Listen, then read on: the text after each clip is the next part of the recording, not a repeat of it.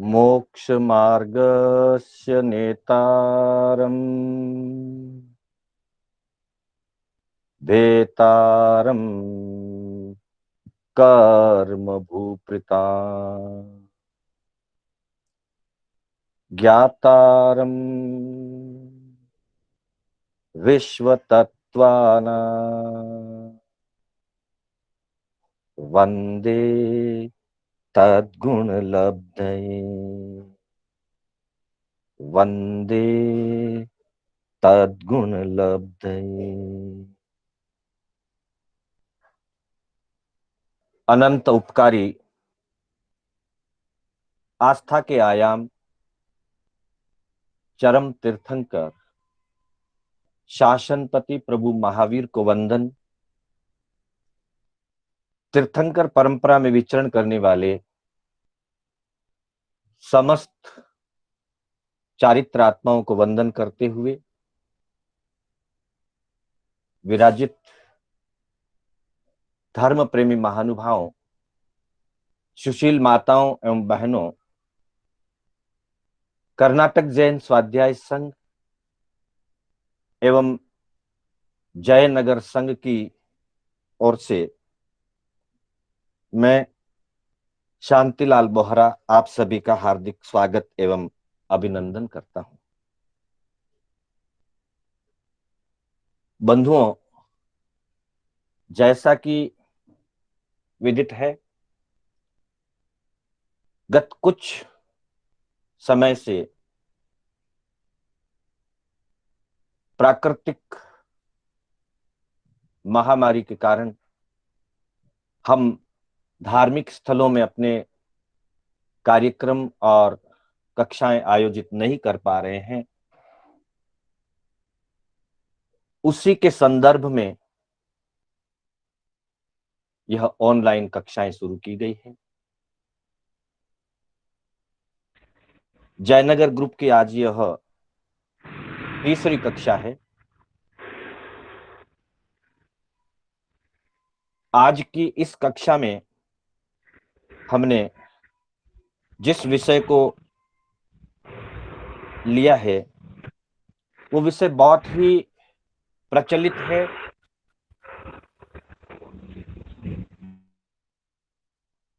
प्रत्येक मानव के जीवन से जुड़ा हुआ।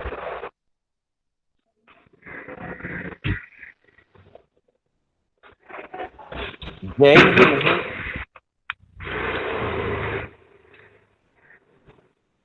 जैन, जैनेतर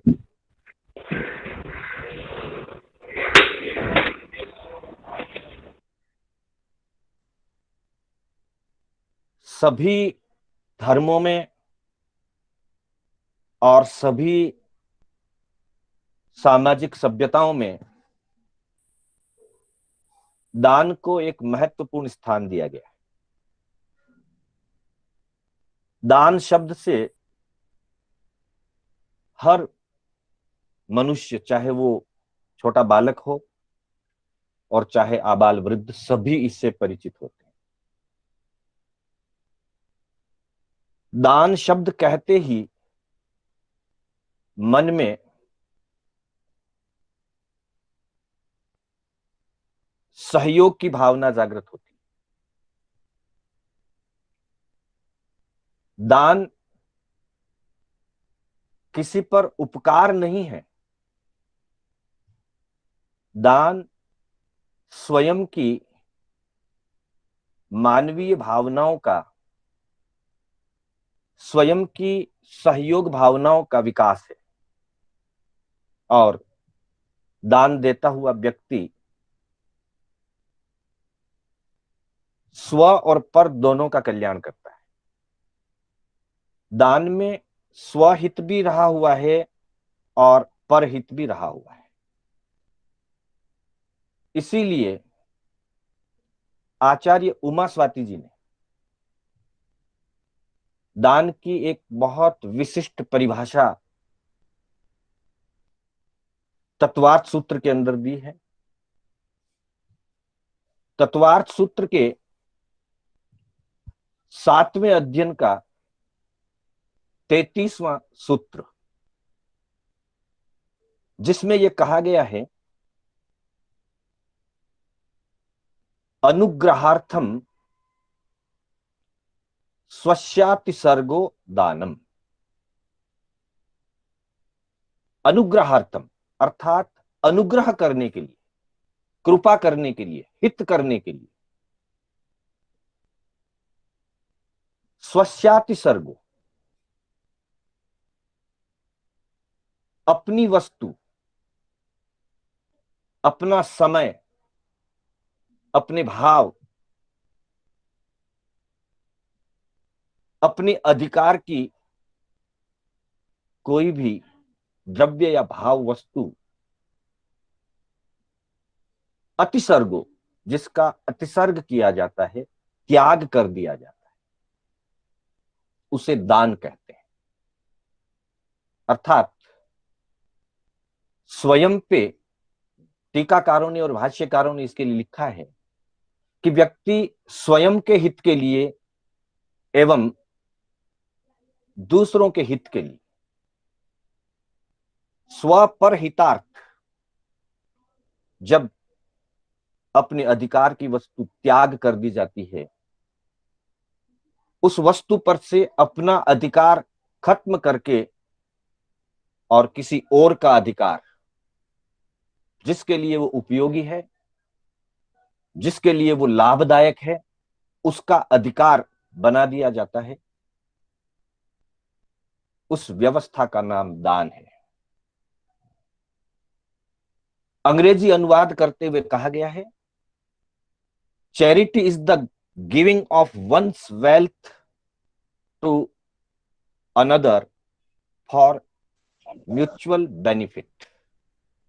फिर एक बार सुनिएगा, charity is the giving of one's wealth to another for mutual benefit.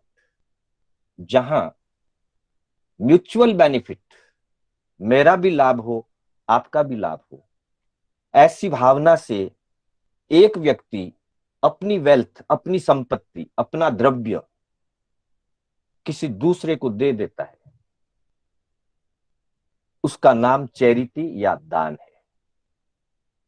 तो बंधुओं, दान की हम चर्चा करने जा रहे हैं। दान क्यों दिया जाता है?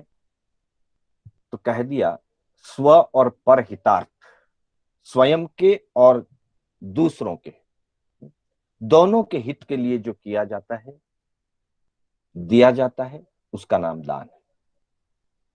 अब दान देने से क्या लाभ होता है और दान का जैन धर्म में क्या संबंध है, इसकी हम चर्चा करेंगे। जैन दर्शन के अंतर्गत कहा गया है कि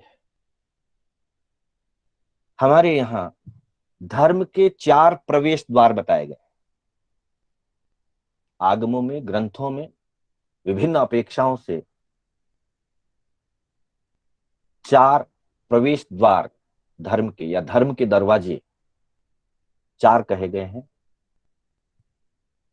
दान, शील, तप और भावना। इन 4 दरवाजों की चर्चा करते हुए सबसे पहला जो द्वार कहा गया है वो दान कहा गया। और इन चारों को धर्म या धर्म के द्वार कहा जाता है। त्रिषष्टि सलाका पुरुष नामक एक बहुत महत्वपूर्ण ग्रंथ है जैन दर्शन का, जिसकी रचना संभवतः सैकड़ों साल पहले हुई है। उसमें धर्म के 4 द्वार या धर्म के 4 अंग बताते हुए, 4 भेद बताते हुए कहा है कि दुर्गति प्रपज्जन्तु धारणात् धर्म उच्यते। पहले तो धर्म की परिभाषा दी है कि धर्म किसको कहते हैं। तो वहां कहा गया है कि कोई जीव दुर्गति में गिर रहा हो, किसी जीव का पतन हो रहा हो, भव सागर में डूब रहा हो, संसार सागर के अंदर डूब रहा हो, और उस डूबते हुए को, दुर्गति प्रपज्जंतु, दुर्गति में गिरते हुए जीव को धारणा धर्म उच्यते, जो धारण कर ले, जो प्रतिष्ठित कर ले, जो दुर्गति में गिरने से, पतित होने से बचा ले, धर्म उच्यते, उसको धर्म कहते हैं। अर्थात कोई व्यक्ति कषायों के कारण, विषय विकारों के कारण, राग द्वेष के कारण, अथवा अपनी क्रूरता आदि किसी भी दुष्प्रवृत्ति के कारण संसार सागर में डूब रहा है, आत्मा का पतन कर रहा है, और वैसी दशा में उसको जो धारण कर ले, उसको प्रतिष्ठित कर ले, उसको डूबने से, गिरने से, पतित होने से बचा ले, उस भाव का नाम धर्म है। और फिर इसके चार भेद कहते हुए कहा, दान शील तपो भाव भेदात सातु चतुर्विधा। दान शील तपो भाव भेदात सातु चतुर्विधा। ऊपर जिस धर्म की चर्चा की है, जो धर्म जीव को भव सागर में गिरने से, पतन होने से धारण करके बचा लेता है, उसे धर्म कहा गया है। और सातु चतुर्विधा, वह धर्म चार प्रकार का कहा गया है, और वो चार प्रकार हैं दान, शील, तप और भाव। अर्थात पहले नंबर पे धर्म के दरवाजे के लिए दान का महत्व बताया गया। यानी कि धर्म में प्रवेश करने का पहला जो द्वार है वो दान है। बंधुओं, हमने गत दो कक्षाओं में परमात्मा ऋषभदेव और परमात्मा महावीर के जीवन दर्शन की चर्चा 26 तारीख के रविवार को और 3 मई के रविवार को की थी। वहां उनके अमुक पूर्व भावों की भी हमने चर्चा की थी। चाहे वो महावीर का जीव है और चाहे परमात्मा ऋषभदेव का जीव है। महावीर के जीव ने पहले, जहां से उनके जीवन की, आत्मा की उत्थान की यात्रा प्रारंभ हुई, नयसार के रूप में उन्होंने सबसे पहले दान दिया था, आहार दान दिया था। यह ऐसा ही वर्णन हम आदिनाथ ऋषभदेव के जीवन का भी देख सकते हैं। उनकी आत्मा के उत्थान की यात्रा धन्य सार्थवा या धन्ना सार्थवा के भव से प्रारंभ हुई थी, और उस भव में भी उन्होंने आहार दान करते हुए मुनिराज के पात्र में घी बहराया था। कहने का मतलब यह है कि कोई भी साधक अपनी यात्रा का, धर्म यात्रा का, आत्म कल्याण की यात्रा का पहला प्रारंभ प्राय दान से ही करते हैं। इसीलिए चतुर्विध भेद में, चार प्रकार के धर्म के भेद में या धर्म के द्वार में सबसे पहला द्वार जो है वो दान को कहा गया। दान देकर के व्यक्ति अपने परिग्रह को हल्का करता है, और परिग्रह के हल्का होने से श्रावक का या ग्रस्त का पहला मनोरथ एक कदम आगे बढ़ता है। क्योंकि श्रावक के 3 मनोरथ में पहला मनोरथ क्या है कि मैं अपने परिग्रह को कम करूं। आरंभ परिग्रह अल्प करी, पंच महाव्रत धार, अंत समय आलोयना, करूं संथारो सार। इसमें श्रावक के 3 मनोरथ की चर्चा इस दोहे में ज्ञानी पुरुषों ने की है, और उसमें पहला मनोरथ यही कहा गया कि आरंभ परिग्रह अल्प करो। परिग्रह को कम करने का सबसे उत्तम जो मार्ग है वो दान का ही मार्ग, क्योंकि जीव के पास समस्त 84 लाख जीव योनियों में चारों संज्ञाएं होती है, और उस 4 संज्ञाओं के अंदर एक परिग्रह संज्ञा है। परिग्रह को पाप का दलदल कहा है। परिग्रह पाप का दलदल, फंसा हूं फंसता जाता हूं, घटे थोड़ा बहुत प्रतिदिन, यही शुभ भाव भाता हूं, मनोरथ 3 उत्तम ये जिनेश्वर नित्य भाता। वहां पर भी पहले मनोरथ के रूप में यही कहा गया कि परिग्रह पाप का दलदल है, मैं फंसा हुआ हूं और दिन दिन फंस रहा हूं, थोड़ा बहुत अगर घट जाए तो मेरे कष्ट कम हो जाएंगे। तो इस तरह से हम देखते हैं कि दान परिग्रह संज्ञा को तोड़ने का, परिग्रह संज्ञा को घटाने का एक अचूक साधन है। इसीलिए धर्म के 4 प्रवेश द्वार के अंदर दान को पहला स्थान दिया। श्रावक अपने मनोरथ को पूरा कब कर पाएगा? आज मनोरथ का चिंतन किया, आज कुछ दान दिया, थोड़ा परिग्रह कम हो गया, पर मनोरथ पूरा सफल नहीं हुआ। कल भी यही रहेगा कि मुझे अपने आरंभ परिग्रह को अल्प करना है, परसों भी यही रहेगा कि अल्प करना है। तो कहां तक अल्प करना है? बंधुओं, दूसरा मनोरथ मुनि बनने का है, पंच महाव्रत धार। तो मुनि तभी बना जाएगा जब संपूर्ण आरंभ परिग्रह से जीव मुक्त हो जाए। संपूर्ण आरंभ परिग्रह को जब वो छोड़ेगा तभी वो पंच महाव्रत को धारण कर सकता है। इसलिए प्रतिदिन मनोरथ का चिंतन किया जाता है और प्रतिदिन अपने परिग्रह को कम या अल्प करने की भावना की जाती है, और उसके अनुरूप कुछ न कुछ प्रयास किया जाता है। और इसीलिए श्रावक या सदग्रस्त के 6 कर्तव्यों के अंदर भी दान कहा गया है। जहां कहा है देवार्चा गुरु शुश्रूषा स्वाध्याय संयम तपः दानम चेति गृहस्थानाम षट्कर्माणि दिने दिन। महापुरुषों ने बहुत ही सुंदर ग्रस्त जीवन की व्याख्या करते हुए ये कहा है, देवार्चा गुरु शुश्रूषा स्वाध्याय संयम तपः दानम चेति गृहस्थानाम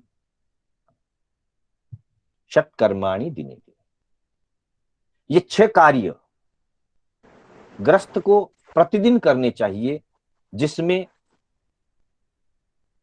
देव भक्ति, गुरु सेवा, स्वाध्याय, संयम यानी कि कुछ नियम मर्यादाएं, जीवन में कुछ व्रत प्रत्याख्यान, तप, कुछ छोटा बड़ा तप, 4 आहार 3 आहार का, नौकारसी से लेकर उपवास तक, जितना जिस दिन में जिस अवसर में बने उतना तप। ये 5 कह करके अंतिम बात कही, दानम चेति गृहस्थाना, गृहस्थों के लिए दान। पहले देव भक्ति, गुरु सेवा, स्वाध्याय, संयम और तप, ये 5 बातें कही, और छठे पे कहा दानम चेति गृहस्थानाम षट्कर्माणि दिने दिन। और दान 5 और दान, यह 6 कार्य ग्रस्त के लिए दिने दिने प्रतिदिन करने योग्य है, रोज करने योग्य। अब देखिए कि 5 जो कार्य हैं, मैं अगर सुबह उठ करके देव वंदन के रूप में उत्तर पूर्व दिशा में 3 बार तिखुतों के पाठ से वंदना करता हूं तो मेरी देव अर्चना हो जाती है। मेरे नजदीक क्षेत्र में कहीं संत मुनि विराजते हैं, संत साध्वी विराजते हैं, मैं उनका दर्शन कर लूं तो गुरु सेवा हो जाती है। बैठकर स्वाध्याय करूं या कुछ नियम मर्यादा में रहूं, तप करूं, हो जाएगा। लेकिन एक बात ध्यान रखिएगा, इन 5 कर्तव्यों में, 6 में से इन 5 कर्तव्यों में मुख्य रूप से मैं मेरा हित कर सकता हूं। मेरा ही हित होने वाला है। मैं स्वाध्याय करूंगा, मेरे कर्म निर्जरा होगी, आपके नहीं होगी। मैं कोई नियम लूंगा, मैं कोई तप आराधन करूंगा, मैं गुरु वंदन करूंगा, मैं गुरु दर्शन करूंगा, देव वंदन करूंगा, मेरा ही हित होगा, आपका नहीं होगा या किसी और का नहीं होगा। लेकिन जब कोई ग्रस्त दान देता है तो दान देता हुआ ग्रस्त स्व और पर दोनों का हित करता है। स्वहित में वो अपने परिग्रह को कम कर लेता है, अपनी आसक्ति को घटाता है, और परहित के अंतर्गत वो जिसको दान देता है उसकी धर्म भावना को दृढ़ कर देता है। दान लेने वाला अपने धर्म भावना को दृढ़ करेगा, उसको अनुकूलता मिलेगी, उसको सहयोग मिल जाएगा। हमने तो सेवा की है पर उसके लिए वो सहयोग हो जाएगा, और उस सहयोग और अनुकूलता को पाकर के वो अपने मन के परिणामों में शांत और प्रसन्न हो जाएगा। शांत और प्रसन्न होते ही उसकी कषाएं कम हो जाएगी, उसका तनाव कम हो जाएगा। और जब तनाव कम होता है और प्रसन्नता होती है तो उसके भी कर्मों का बंधन कम हो जाएगा, कर्मों का बंधन रुक जाएगा,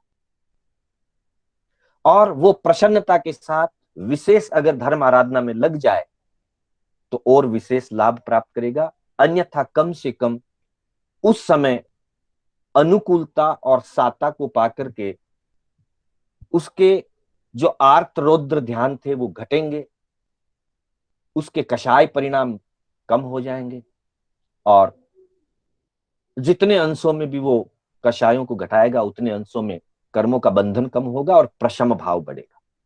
अतः दान के माध्यम से स्व और पर दोनों का हित करता है। बाकी के 5 कर्तव्य भी करने, 6 कार्य षट कर्माणि दिने दिने, ग्रस्त को ये 6 कार्य भी प्रतिदिन करने चाहिए, एवरीडे करने चाहिए, जितना हो सके करना चाहिए।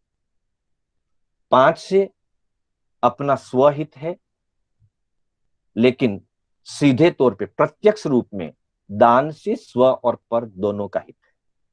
इसीलिए दान को सबसे ज्यादा महत्व दिया, दान को पहला स्थान दिया गया है धर्म के प्रवेश द्वार के अंदर।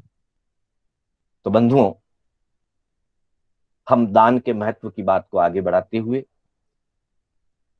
इसको मनोरथ के साथ जोड़ने का, जोड़ करके समझने का प्रयास करें तो निश्चित ही यह हमारे मनोरथ को सफल करने में सिद्ध सार्थक होगा। कहा गया दानम चेति गृहस्थानाम षट कर्माणि दिने दिने, प्रतिदिन दे। यानी कि कल कुछ परिग्रह मैंने कम किया, कुछ आसक्ति मैंने कम की, आज फिर करूं, कल फिर करूं, परसों फिर करूं। और मनोरथ भी यही कहता है कि मुझे अपने आरंभ परिग्रह को कम करना है। कहां तक कम करना है? तो ज्ञानियों का कहना है टिल 0। ध्यान दीजिएगा, हमें अपनी आसक्ति, अपना परिग्रह और अपना आरंभ जो है, आरंभ का मतलब 6 कायों की विराधना वाले कार्य, घर संसार में रहते हुए 6 काय की विराधना के काम होते ही रहते। तो आरंभ और परिग्रह और आसक्ति को प्रतिदिन घटाते जाना है, और घटाते घटाते घटाते घटाते इतना घटाना है कि वो प्रैक्टिकल में जीरो तक पहुंच जाए, द्रव्य से और भाव से जीरो तक पहुंच जाए।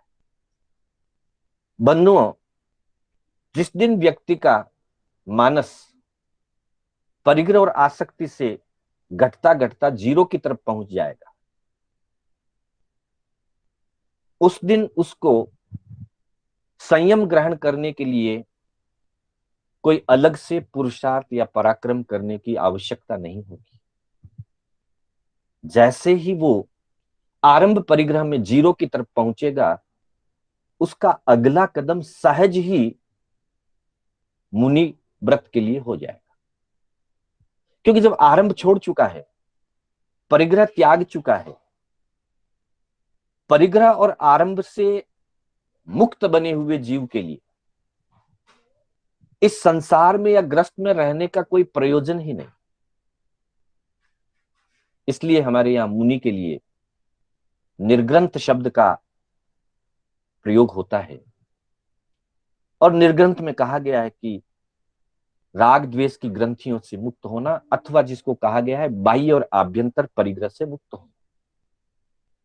अब भावों से वो जीरो तक पहुंच गया तो द्रव्य वाली वस्तु को छोड़ते हुए और परिवार से मुक्त होकर के संयम मार्ग पर कदम बढ़ाने में कोई बाधा नहीं आएगी। तो कहने का मतलब है कि पहला मनोरथ जब पूर्णता की तरफ पहुंचता है तो दूसरा मनोरथ सहज ही सिद्ध हो जाता है, सार्थक हो जाता है। तीसरा मनोरथ श्रावक के लिए या साधु के लिए एक ही, अंत समय आलोय करूं संथारो। जिन चीजों को मुनि बनते हुए द्रव्य और भाव से त्याग किया है, आरंभ परिग्रह विषय कषाय आदि का, हो सकता है मन की गहराइयों में उसमें की कुछ चीजें अभी भी अंतर में ठहरी हुई हो सकता है। वर्षों का संयम पालने के बाद भी मन की गहराइयों में कुछ आसक्तियां अटकी हुई रह सकती है। उसके लिए संथारा है तीसरा मनोरथ। श्रावक के लिए भी वही है, साधु के लिए भी वही। द्रव्य से तो छोड़ दिया, पर भाव में कोई चीज आसक्ति में रह गई हो तो अंत समय में उसकी आलोचना करके द्रव्य और भाव से संपूर्ण रूप से मुक्त, संपूर्ण रूप से निवृत्त, संपूर्ण रूप से सभी पापों का आरंभ परिग्रह का त्याग करके शांत,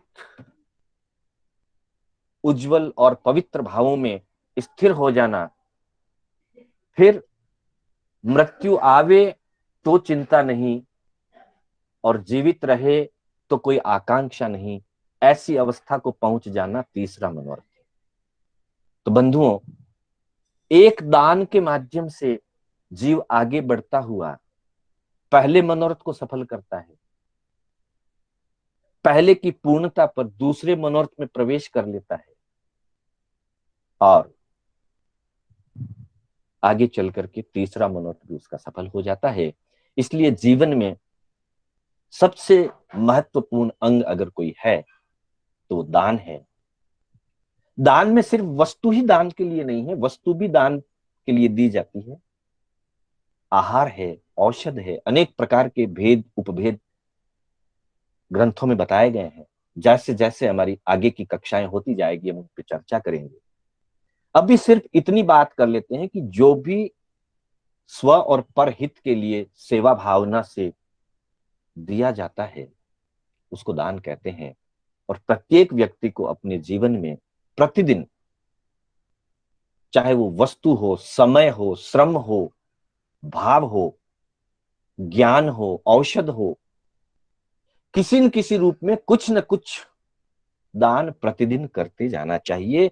क्योंकि यह ग्रस्त के लिए 6 कर्मों के अंतर्गत, 6 कर्तव्यों के अंतर्गत प्रतिदिन करने की बात कही गई है।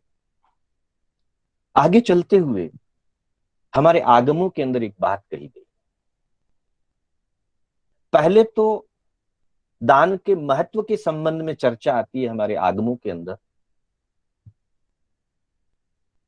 जिस समय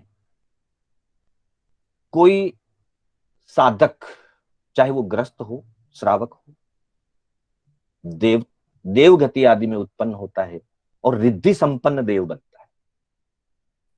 जब रिद्धि संपन्न देव बनकर के कोई पुण्यात्मा देवलोक में उत्पन्न होती है, तो वहां पहले से रहे हुए जो देवी देवता है वो उस देव का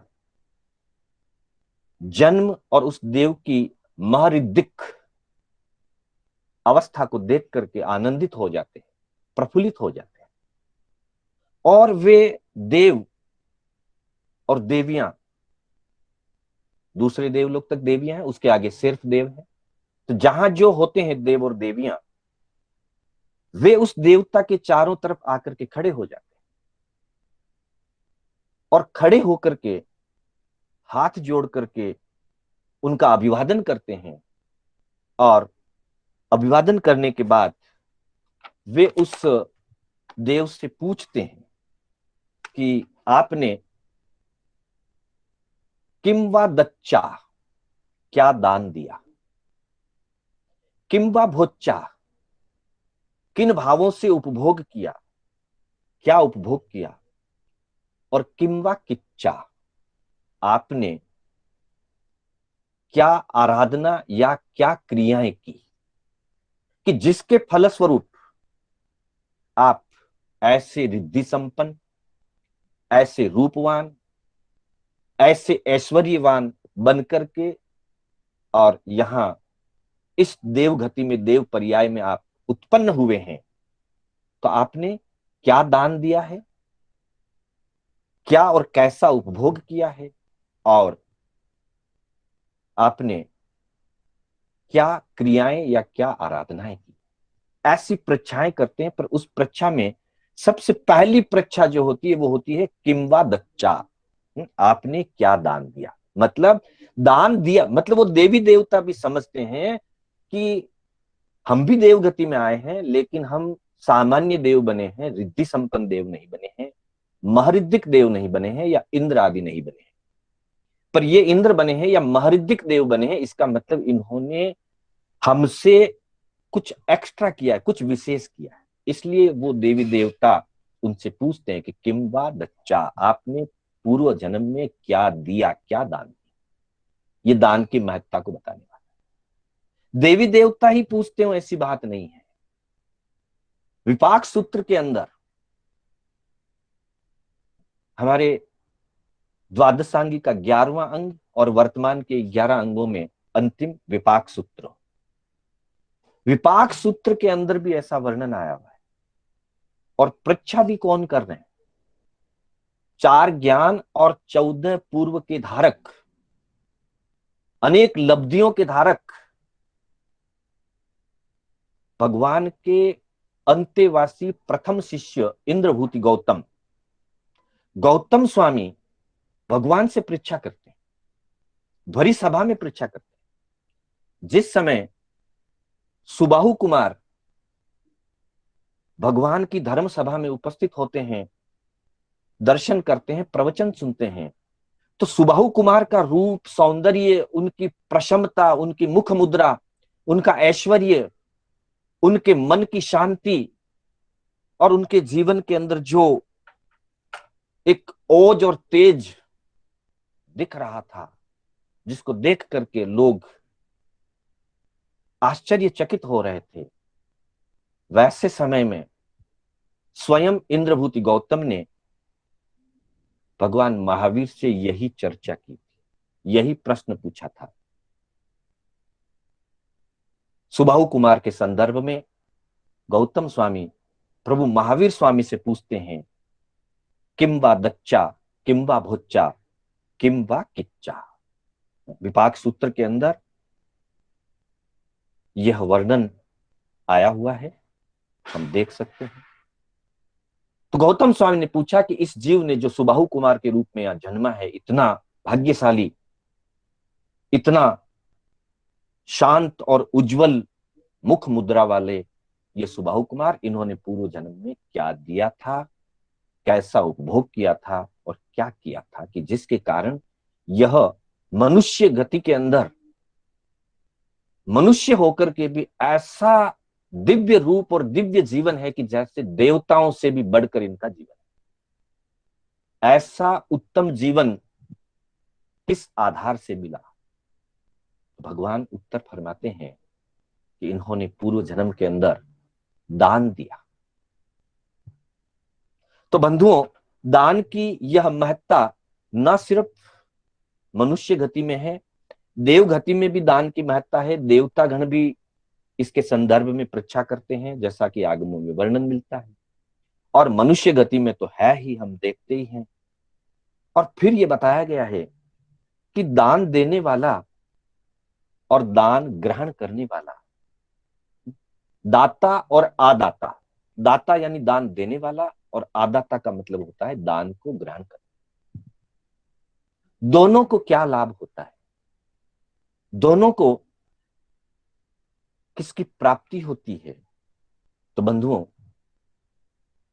10वें कालिक सूत्र, जो जैन दर्शन का एक बहुत ही महत्वपूर्ण आगम है, हम जिसको कह सकते हैं, जिसमें संपूर्ण रूप से साध्वाचार का वर्णन है, साधु के आचार का वर्णन है, साधुचर्या का बहुत ही गहराई से उसमें वर्णन किया गया है। उसमें आहार दान की, गोचरी की शुद्धता की बहुत चर्चा हुई है। उसी संदर्भ में एक गाथा आती है 10वें कालिक सूत्र के 5वें अध्ययन में, 5वें अध्ययन के पहले उद्देश्य की 100वीं गाथा। तो काफी बड़ा है 10वें कालिक सूत्र। यूं तो भगवती प्रज्ञापना आदि की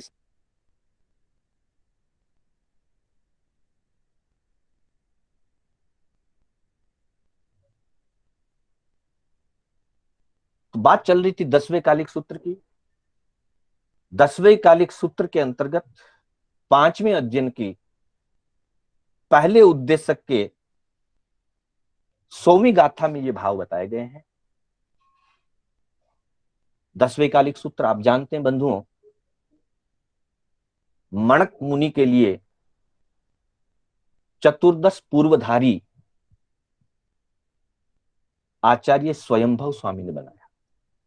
और जिस 10वें कालिक का मूल आधार द्वादशांगी रहा, 12 अंग, मतलब दृष्टिवाद भी उस समय अपने अमुक अंशों में 14 पूर्व उपलब्ध थे। उसका अंश दृष्टिवाद का एक अंश 14 पूर्व उपलब्ध थे। स्वयं स्वयंभव स्वामी, जो भगवान महावीर की पाठ परंपरा के युग प्रधान आचार्य हुए हैं, वे 14 पूर्व के ज्ञाता थे। और संयोग ऐसा बना, उन्होंने दीक्षा ली, उनकी पत्नी गर्भवती थी। बाद में उनका पुत्र उनसे मिलता है और वहीं पर दीक्षित हो जाता है मनक। मनक मुनि की अल्पायु को जान करके, यह थोड़े से समय में, उनका 6 महीना ही आयुष्य शेष था जब वो अपने पिता मुनि और आचार्य से उनका मिलना हुआ था।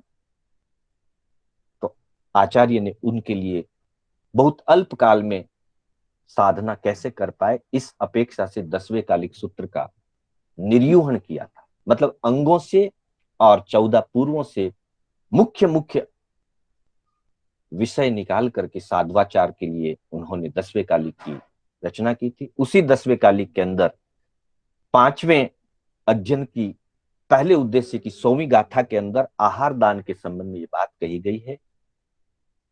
दुल्लहा उ मुहादाई मुहाजीवी दुल्लहा, मुहादाई मुहाजीवी दोवी गच्छन्ति सुगई।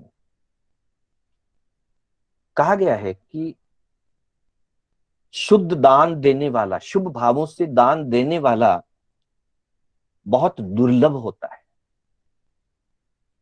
और हम समझते हैं कि देने वाला दुर्लभ होता है, शायद लेने वाले तो बहुत मिल जाएंगे, लेकिन यहां कहा गया है कि मुहा जीवी भी दुल्लहा, और शुभ भावों से दान ग्रहण करने वाला भी बहुत दुर्लभ होता है। मतलब शुद्ध दाता दुर्लभ है तो शुद्ध पात्र भी दुर्लभ बताया गया है। दोनों दुर्लभ है। दुल्लहा भी दुल्लहा उ मुहादाई, मुहाजीवी भी दुल्लहा। मुधादाई मतलब निर्दोष दान बहराने वाले दुर्लभ हैं, निर्दोष दान देने वाले दुर्लभ हैं, और निर्दोष दान पर जीवन यापन करने वाले भी दुर्लभ हैं। और फिर दुर्लभता बताने के बाद दोनों का फल बताया। मुहादाई मुहाजीवी दोवी गच्छन्ति सुख गई। फरमाया गया है कि दाता और आदाता, मतलब देने वाला और ग्रहण करने वाला, दोनों सदगति को प्राप्त होते हैं। इससे बड़ी और क्या बात हो सकती है कि दान दिया जाए और दान देने से दान देने वाला भी सदगति को प्राप्त करता है। जैसा कि अभी अपनी चर्चा हुई कि दान देने वाला अगर देवगति में जाए तो वहां पे महारिद्धिक देव बनता है, और वापस जब वो मनुष्य गति में आए तो मानव जीवन भी उसको देवोपम मिलता है, देवतुल्य मानव जीवन मिलता है। और देश काल के अनुसार आगे बढ़ता हुआ दाता अंततः मोक्ष गति को प्राप्त करता है। इस तरह से मुहादाई अर्थात दाता की सदगति हो जाती है, और जो दान को ग्रहण करने वाला है वो भी निर्मल भावों से, शुभ भावों से ग्रहण करता है, और जो मिलता है उसमें बहुत संतुष्टि भाव रखता हुआ अपने आत्मा की पवित्रता को बढ़ाता है, अपने संयम की यात्रा को आगे बढ़ाता है, और आगे बढ़ाता हुआ वह भी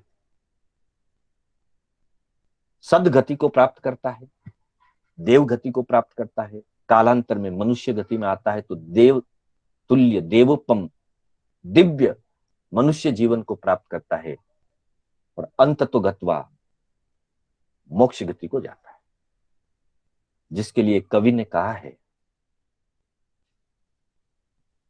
देता भावे भावना, लेता करे संतोष। देता भावे भावना, लेता करे संतोष, वीर कहे सुन गोयमा, दोनों जावे मोक्ष। मतलब ये जो 10वें काली की गाथा है, किसी कवि हृदय व्यक्ति ने उसको बिल्कुल मारवाड़ी भाषा के अंदर वही भाव व्यक्त कर दिए हैं, जो भाव 10वें कालिक के 5वें अध्ययन के पहले उद्देश्य की 100वीं गाथा के भाव हैं कि दोनों को सदगति होती है। वही भाव इस दोहे के अंदर किसी कवि हृदय व्यक्ति ने व्यक्त किए हैं।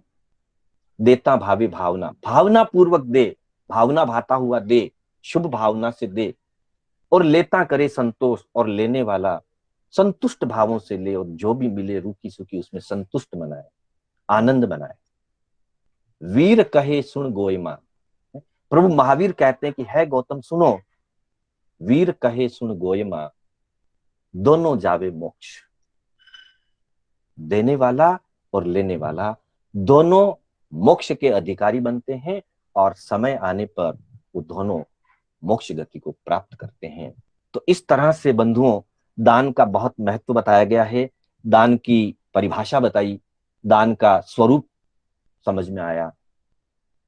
फिर आगे इसी विषय को अगली कक्षाओं में, आज जितनी चर्चा हुई, हमने ये विषय रविवार की इस सुबह की क्लास में इस विषय को कंटिन्यू करने का विचार किया है। अपने आप में ये स्वतंत्र है, आज जितना विषय हुआ अपने आप में ये पूरा हो गया। इससे आगे का विषय और आगे बढ़ेगा। कदाचित कोई व्यक्ति किसी एक दिन क्लास न भी जुड़ पाया, तब भी उसको कंटिन्यूटी भी रहेगी, और इंडिविजुअल सब्जेक्ट को भी वो समझ पाएगा। इस भावना से इस विषय को प्रारंभ किया है। मैं कर्नाटक जैन स्वाध्याय संघ की ओर से एवं जयनगर संघ की ओर से आप सभी महानुभावों का पुनः पुनः धन्यवाद ज्ञापित करता हूं। विशेष रूप से इस कार्यक्रम की व्यवस्था करने के लिए मैं आशीष जी बोहरा और विमल चंद जी लोढ़ा का विशेष आभार मानता हूं। पुनः मैं शांतिलाल बोहरा, किसी भी प्रकार की कोई आगम विपरीत कथन हुआ हो तो उसके लिए मैं मिच्छामि दुक्कडम करता हुआ आप सभी का धन्यवाद ज्ञापित करता हूं।